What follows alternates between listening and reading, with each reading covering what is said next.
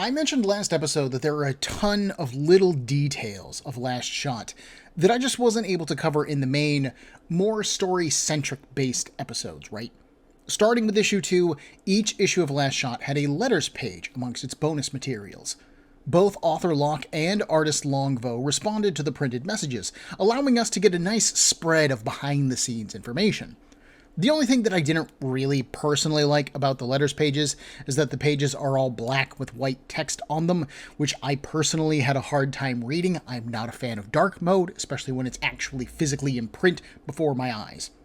Even worse, the letters that were sent in by fans and readers are printed in a normal font, while the responses to them are printed in a bold font, making it feel like it is even harder to read the letters. The responses to the letters? Not a problem. I can read those really easily. The letters themselves? I had a hard time. Maybe it's because I'm much older than I was when I first got these comics, and maybe my eyesight is worse than it used to be, but I really struggled to read these letters. One of the neat things about the letters pages, though, was that there was more Morse code. When I realized that the Morse code at the end of issue 2 actually meant something, I kept my eyes out for it in the other issues. Maybe I missed something, the little Easter eggs hidden throughout the comic books, and indeed I did.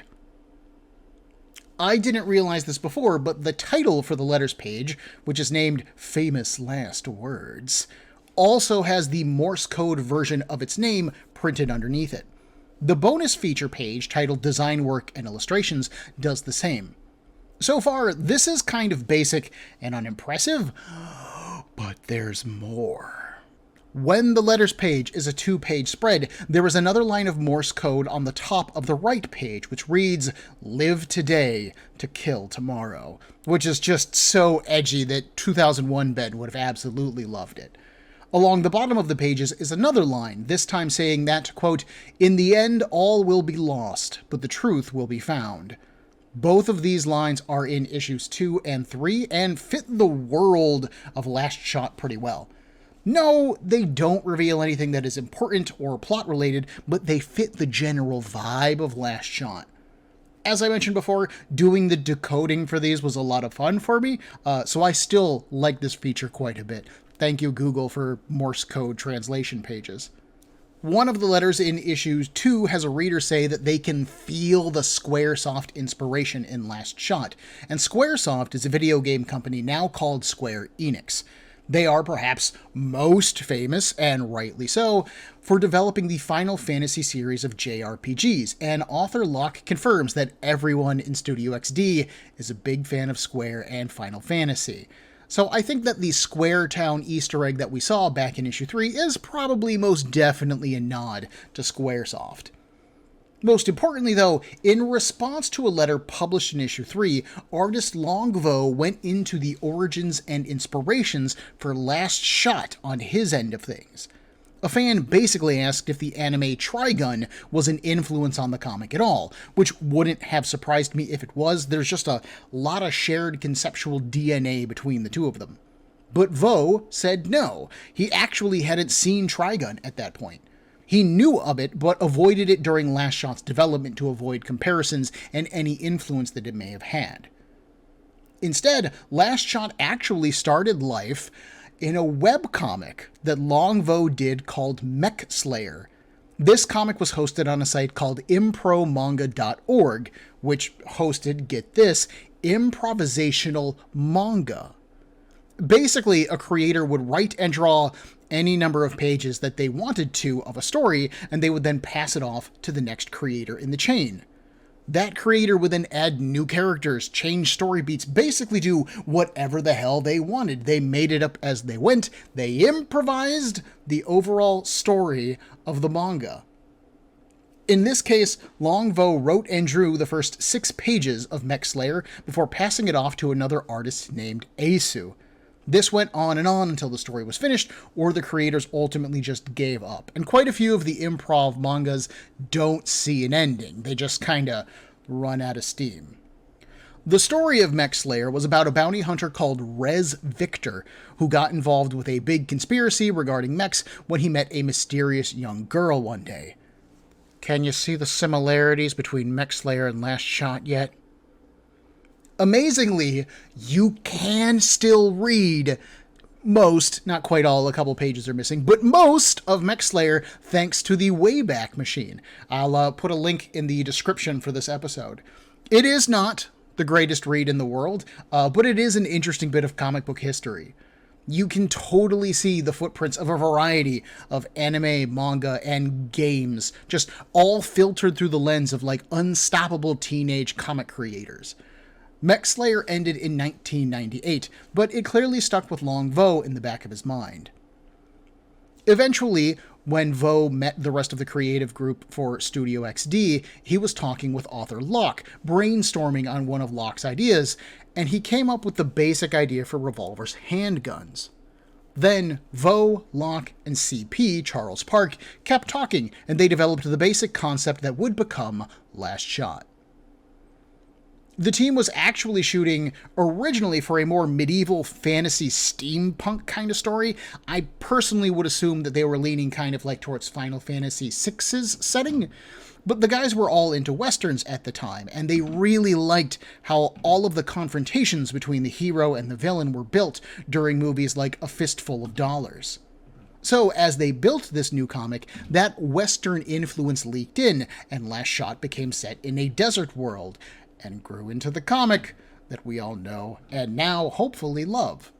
That structural concept, the idea of the lead character meeting a bad guy and having a standoff with them in every story, is one of my favorite personal things about Last Shot. As I always am when going back to these older comics that I own, I was super worried that Last Shot would not have aged very well, like Tailweaver, and I'm thrilled to say that I still enjoyed it. The story structure is so simply done, like, I honestly think that Last Shot is probably one of the best episodic comics that I've talked about on the show so far. When I covered Chris Claremont's Fantastic Four Volume 3, I talked about how the structure of storytelling in comics really changed during the transition from the late 1990s into the early 2000s. Older comics used to be much more standalone in their style of storytelling. Each comic was trying to give the audience a single, self-contained story. So, for example, let's take it all the way back to X-Men issue 1 back in the 1960s. The X-Men are gathered together and introduced to the audience. Magneto shows up to be an antagonist, they fight, and the X-Men win. If you kept reading the X-Men month after month after month, the next several issues all work basically the same. A new bad guy shows up, the X-Men fight them, they stop whatever plot is going on, and the world keeps on spinning. As time went on, authors would eventually begin to introduce subplots that then spanned several issues, allowing you to build stories in the background that would come to a culmination, and then you would restart every time that ended. This made it important for a reader to buy every issue every month, because you might miss something that was going to be important 2 months, 3 months, 6 months, 2 years down the line. But in the 2000s, this all started to change. Manga began to move into the American comic book market, and it began to dominate sales in bookstores like Barnes & Noble, Walden Books, and yes, even some comic stores. This forced American publishers to shift the way their stories were told, with a focus on collecting these issues into trade paperbacks specifically for sales in bookstores. They wanted some of that sweet, sweet manga money, baby. So Marvel and DC began to focus on what used to be the story of a single comic book. They would take that idea and then they would stretch it out over 5 or 6 issues. This is super evident in a book like Ultimate Spider-Man, and the trade-off for this is it allows the audience to spend more time in individual character moments and longer action sequences. Despite this being the predominant storytelling structure at the time, Last Shot is still really, honestly at its core, structured for standalone issues, like for an episodic structure. I feel like I'm watching a cartoon or an anime as I read this. This allows the creative team 2 vastly different avenues for storytelling. The first is when they reveal stuff about Revolver or Len's past, and the second is whatever random people they run into. This particular deficiency in the storytelling is balanced by the new characters that we meet in each issue, basically. If you look at issues like issues 2, 3, and 4, the majority of the talking and storytelling is about the guest characters. We've got Len and the Loons, Riley and the Sixth Steed, and then Captain Ramses and the Shadow Gunner. Locke is able to really explore the rest of the world of Last Shot this way, and that makes it feel like a real fleshed out place, which I particularly love. I mentioned in my top 10 comics of 2023 episode that I have been enjoying the 2 latest runs of Black Panther because they're making the nation of Wakanda feel like a real place to me. I have read all of the modern Black Panther comics, and Wakanda has always felt more aspirational to me, like a place that the creators wished was real, as opposed to some place that was real, that felt like it existed. It takes incidental characters, it takes lots of bad guys, it takes locations and stories to really make a world feel lived in. And that's something that I think Last Shot excels at. And that's even more impressive when you consider that they only released 5 issues total. I read over 50 issues of Christopher Priest's run on Black Panther, and don't get me wrong, I enjoyed them all. It's a seminal run for a reason, but his Wakanda never felt real to me like Nasen does in Last Shot. The downside of this style of storytelling is that if you, as a reader, don't connect with a particular new character story, then that can cause the comic to just ultimately fall flat. Going from issue 3 to issue 4 really demonstrated this idea to me, and it stuck in my craw. Issue 3 for me is absolutely flat. The issue was crowded with too many story elements, including Revolver and Len's journey, Len's past, the Sixth Steed's revenge, and then him playing Riley to try to get him to kill Revolver, and then the fight sequence, of course. None of these ideas were blended well because I didn't sympathize or connect with the Sixth Steed at all or Riley. But when I read issue 4, I realized that the basic premise of issue 4 really isn't all that different, and I enjoyed that one. We have a similarly crowded story in issue 4, including Rev and Len's stuff, the bandit priests, Captain Ramses and his background and all the stuff that he's trying to do, and then we've got the Shadow Gunner and that action sequence. It still doesn't blend very well, but the real difference, the thing that honestly makes me like issue 4 and dislike issue 3, is just that I like Captain Ramses better. I sympathized with him losing his wife. I understood him having regrets that he was making up for, and I applauded his passion for his task as captain of the train. And I mean, let's be honest, I also super dug the over-the-top ridiculousness of the Shadow Gunner, and I won't lie, that does cover a lot of ground for me. If you want to say that there's problems with issue 3 and they had to patch them over with something, you give a guy gun wings, consider it patched up. That'll pass my inspection every time. Issue 4, as a single issue, highlights the peaks that Last Shot can aspire to, in my opinion, but it also helps to show us the weaknesses in this style of storytelling. All it takes is one lackluster guest star, and suddenly, the entire issue sucks. Thankfully, that's something that only happened with one issue in this particular stretch of 5, so that's not too bad of a ratio.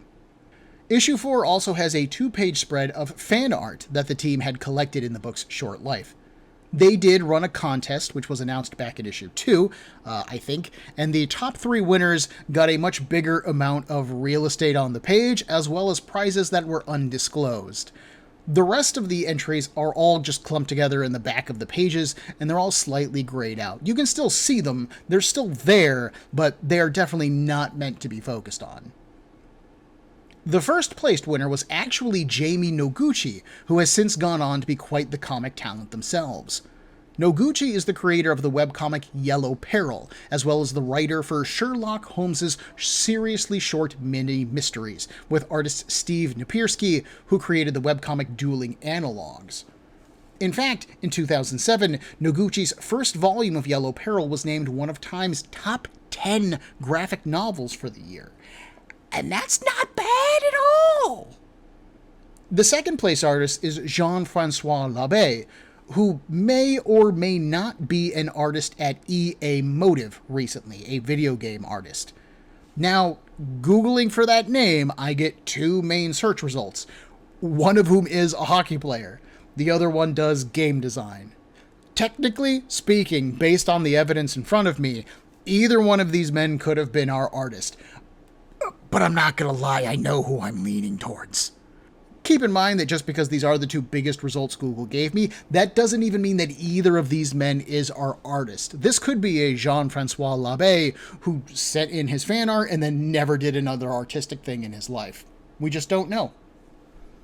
The third place was by someone with the screen name Archangel_X199.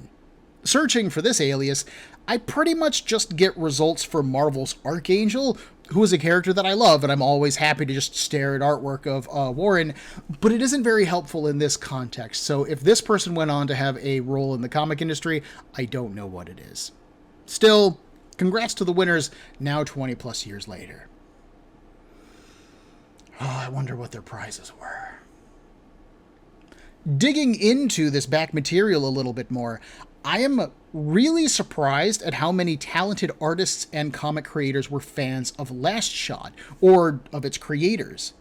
Asu, who contributed to Longbow's Mech Slayer, would go on to work for Pixie Tricks Comics and their comic Sandra on the Rocks. He's also done a bunch of comics for Keen Spot, including the Fart Night parody comics, as well as a bunch of others. He's even currently a VTuber on YouTube doing artwork, which I did not know, and that's wild. I really actually like Asu's style.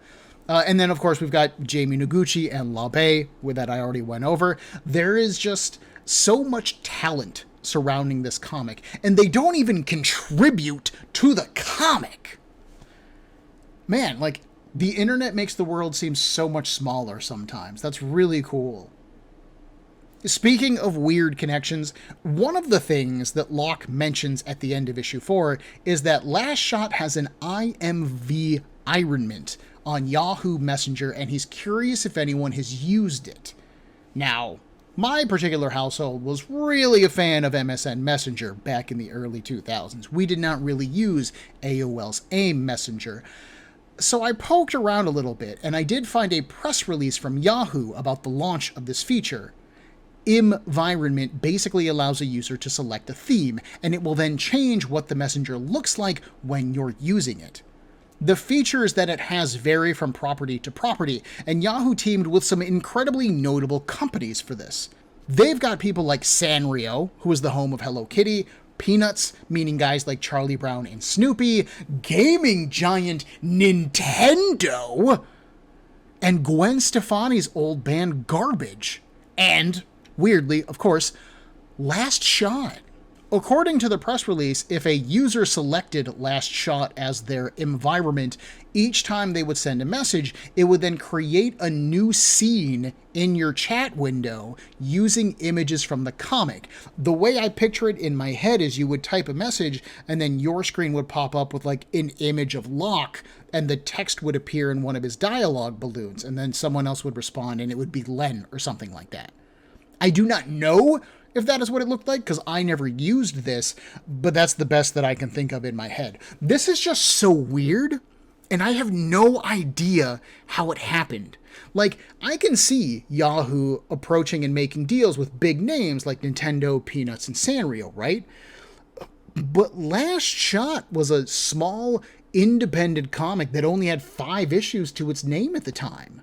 Studio XD's only other comic work at this point was the 6-issue series Echo for Dreamwave Productions. Like, in the history of comic books, Last Shot isn't a book that is even going to get mentioned, but somehow they were able to secure a deal with Yahoo? How? It's just so weird, and yet still kind of so cool. Like, I could see Yahoo teaming with, Marvel or DC, like, even back in the early 2000s when they weren't kind of the cogs in the media machines that they are now, but like Last Shot? Out of all the Image titles you would have chosen, Last Shot? Not like Spawn or Witchblade or one of the various Wildstorm books? Last Shot? I mean, I love it, but that's just wild to me. The real final thing of note to come from the letters page is the Great Frontier War. I mentioned this last episode as possibly the source of all the scars that we see decorating our various guest stars in the comic. And the basic gist of it is that there was a war between the industrial developers of Nissen, the nation that Last Shot is set within, and the indigenous peoples who already lived there. It's clear that the creative team had a lot of ideas for Last Shot, and knowing this background, to me, makes the world feel more real and more lived in. There were plans to go into more detail regarding this conflict and how it shaped the world, if Last Shot had managed to go on.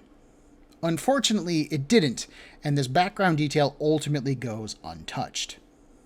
After we pass by the letters page, Locke mentions in an editorial that Last Shot had been planned to run for 8 more issues, for a total of 3 volumes. This would mean that there were 4 issues per volume, for a total of 12 issues. 13, I guess, if you count the first draw one-shot. From a publishing perspective, I like this idea. That gives the book 4 separate first issues, which always sells better than the rest of the comic, and also indicates that they were thinking about the book market at the time. Each of these arcs or miniseries, it just depends on how they would approach them. You could either do 3 different volumes of a comic called Last Shot, and you would have Volume 1, Volume 2, Volume 3, or you could do Last Shot and just have it be Volume 1, and then your second volume would be Last Shot, Second Bullet, or something like that. You just put a colon and stick a title on it, and that's your second miniseries. Each of these arcs or miniseries could then be collected into a trade paperback that would have stood alone, allowing for greater ease of purchase than a 13-issue comic book series. You can kind of see that strategy in use a lot today with comic creators like Giant Generator or Skybound, who are releasing a lot of their titles in like 4 to 6 month runs. They would then finish that story arc and then take a month or several month long break. This is mostly done to allow the artist to draw the next set of issues, because it is exhausting trying to draw a 22-page comic inside of a 30-day month, but it also gives the trade paperback a chance to be released and the company to make a little bit more money on those trade paperback sales. To me, it also indicates a strong faith in their product. As a company, they aren't really worried about having to keep a book on the comic store shelves continually forever and ever, like Marvel or DC are, putting out 1,000+ issues of comics like Superman, Batman, or we're getting close to it with Spider-Man, but we're getting there. They want to put out a product that is good and approachable no matter the year, no matter when you pick it up, if it's today or 10 years from now. And I think that the type of story that they were telling in Last Shot and this approach to how they were going to sell their product would have stood the test of time had the book been able to finish. Even if you picked up the 3 individual trade paperbacks, this would have collected really nicely into a nice, slick, sexy 13-issue omnibus with a nice hardcover and brand new cover art. Whoo, whoo, whoo. I like the sound of that. In fact, there's one fact of the comic that I haven't even mentioned so far in this string of episodes that even leans into the idea of them approaching this not really as a comic book, but as a book, and that is the comic's back cover. Starting with issue 2, the back cover of Last Shot is set up like the back of a novel. It has a brief synopsis of what Last Shot is and who its characters are, allowing a reader to get a taste of the book without having to necessarily read the entire comic. I don't think that I've ever seen a comic book do this, and it just feels so right. It feels like Last Shot was built to be put into a bookstore, and you do like you do with a book. You flip it over and you go, no, no, no, no, no, no, no, no, no. Oh, that sounds boring. And you put it back on the shelf. Or you read it and you go, no, no, no, no, no, no. That sounds great. And then you read it, you buy it, and you keep it forever and ever.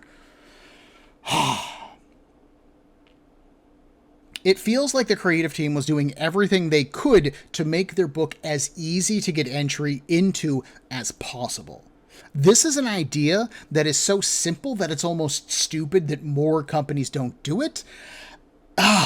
Right? Obviously, a big part of what sells a comic book is the artwork. Don't get me wrong. I wouldn't buy a comic without flipping through it first to at least see its art style and see if I liked it. But it is just super convenient to have that blurb on the back and have a chance to read it. Most modern comics these days do have like an issue synopsis at the front of them. Actually, now that I think about it, DC doesn't really do an issue synopsis. Marvel, for most of their books, still does a synopsis at the front. So, in theory, you could open up an issue of, let's say, the Fantastic Four and read what the Fantastic Four have been up to vaguely for the past couple of months. And the other trade-off is that the back cover for Marvel and DC is used primarily for ad space. You can sell one more page that doesn't have to be an interior page that then interrupts the story that your reader is reading, which does make a strong degree of sense. Again, Last Shot didn't have ads, so they didn't have to worry about something like that. Studio XD then suggests that we go check out the X-Men Evolution comic published by Marvel, and from there, we know what the team went on to do. They worked on properties like Robotech and Thundercats. And for any child of the 80s and 90s, these projects would have been a dream come true. I can certainly understand why Studio XD put Last Shot on hold in order to pursue those projects. Plus, Gaia Online really ended up taking off, as we know, and that seems to have become Locke's main focus for quite some time, keeping him away from the world of writing Last Shot. Personally, I would love to see Studio XD get back together to finish the story of Last Shot. I don't think that is likely at all, as everybody's kind of gone off to go their own ways and do their own thing and have their own careers and lives, but I would love to see it. I just want to be on the record. I'd love to see a Battle Chasers style revival of Last Shot these days. Everybody on the team has improved as time has gone on. I'd love to learn the truths of Revolver's background, his connection to the Shadow Gunner, Len's origins, and where this comic was going. Last Shot was fun, inventive, and at least for my taste and sense of style, it looked good. It does have its flaws, I won't lie, as the artwork can be uneven at places and the storytelling can be the same. I do think that probably the biggest professional complaint for me would be the dialogue and word balloons could go on a little bit too long or they were poorly placed. You really got to think about word balloon placement and the ease with which a reader is going to read your comic. But the world of Nissen was intriguing, I liked the cast, and I can see so much untapped potential here for more stories and more weird inventions, and I just love to see it. If you get the chance as a reader to give Last Shot a chance, I absolutely think that you should. I believe you will be happy that you did. Hopefully you enjoyed my review of it and my in-depth critique, but there's nothing like reading a comic for yourself and seeing all the little things that I missed or I didn't bring up, and you get to learn a little bit of Morse code, so it's educational too. You can pitch it that way. Next week, I will be doing one of my classic catching up episodes where I talk about what's been going on with my life. I'll probably be talking about some of the comics that I've been reading, how the show is doing in the broader picture, and I'll probably talk too much about my own personal frontier war with the fleas, which has been exhausting and which has led to the change in my background here on the YouTube videos. If you're listening on the podcast, you don't know this, but behind me is a whole different array of crap, and that's because I had to move out of the bedroom because of the flea situation. So you'll get to hear all about that next week. The week after that will be a bit of a setup episode because we are about to start our next long-form breakdown again. It's time to really dig deep into an individual comic again. We haven't done one of these since I wrapped up Aquaman, and I'm eager to get back into it. So join me in a week for episode 250. It'll be what, 254, 255? I'm not sure. Of Comic Book Breakdown for a little bit of catch up. Thank you for listening to the show again, and for watching the show. And I always appreciate it. Thank you very much. Thank you very much, honestly, for indulging me with this weird smattering of miniseries that nobody cares about. It was really humbling to go from, like, some of the Aquaman episodes that I did got like 400 to 500 views, which is great. Boggles my mind, still boggles my mind.